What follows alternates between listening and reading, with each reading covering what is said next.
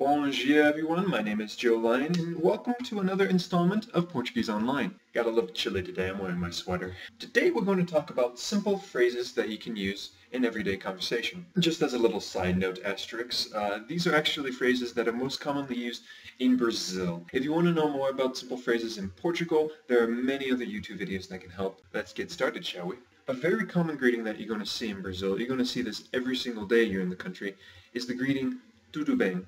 Tudo bem literally means all is well. If you greet someone on the street or someone that you know and you say tudo bem, it's actually a question. You say to them, tudo bem? And how they respond is simply, tudo bem. It's kind of funny. You go up to them and say, hey, is everything okay? And they say, everything is okay. Also a common way of saying it is just getting rid of that bang and just saying, tudo. And remember that the T and the D are palatalized, which means that the tongue is behind the teeth and on the top of the mouth.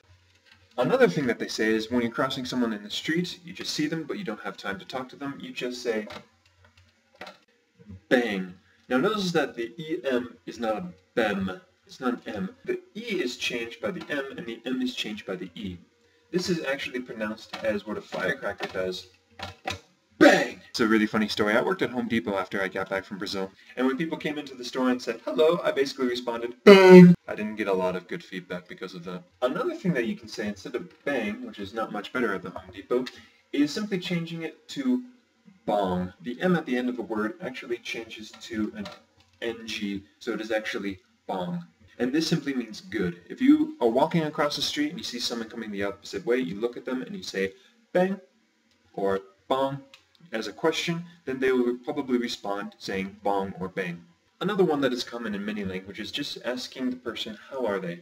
Now, tudo bem is doing that, however, there is another way, and that is simply, como está? Now, the accent here is an acute accent, and remember that's the one that gets the stress. So it is not como está, but it is como está. And they usually respond bang or bom, or sometimes mal, which means bad.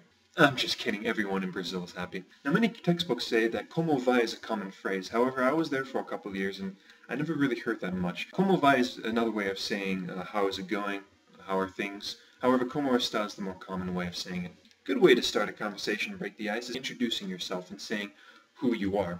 Now there are two ways of saying that. You can literally say my name is, which is very common in Brazil. The other way of saying it is kind of the way that they do it in Spanish, which is I call myself, and then you say your name. Let's do the first one. The first one is, my name is.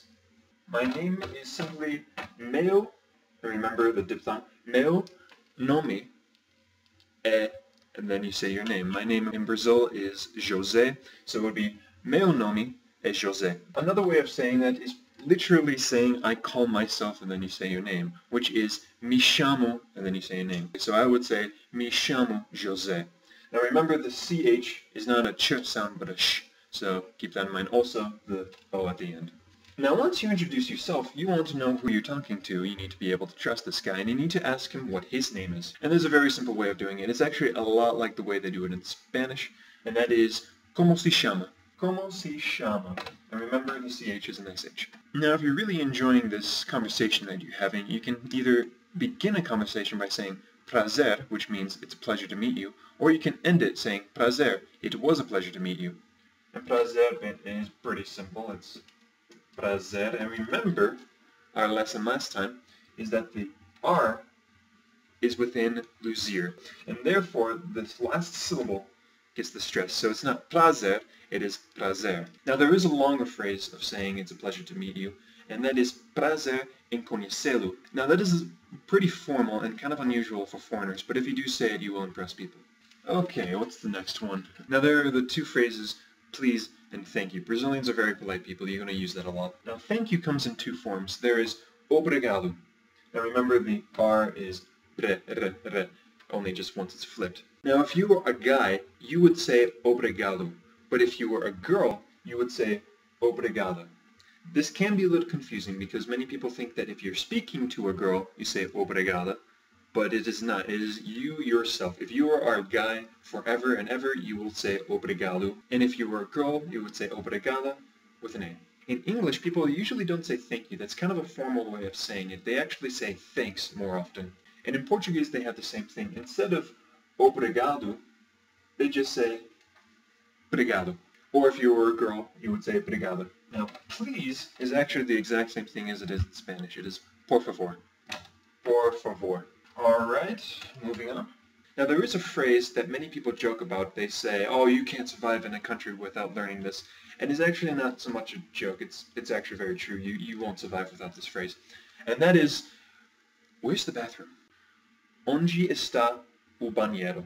Now remember, the DE is not a D, it is a G. Also, the accent on the A puts the stress on the end of the word. Also, the NH is kind of the same as NY in Spanish, so it's a NY. So, onde está o, remember the O, banheiro. And remember, this is a diphthong. Now, if you want to know more simple phrases, simply get a phrase book.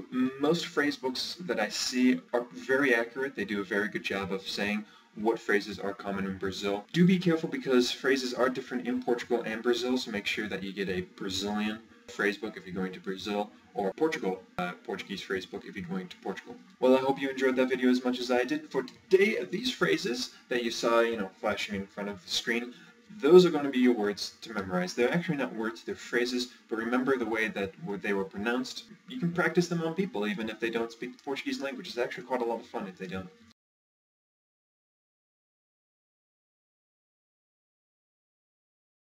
So good luck with your memorization, and I hope to see you in the next video. Ciao!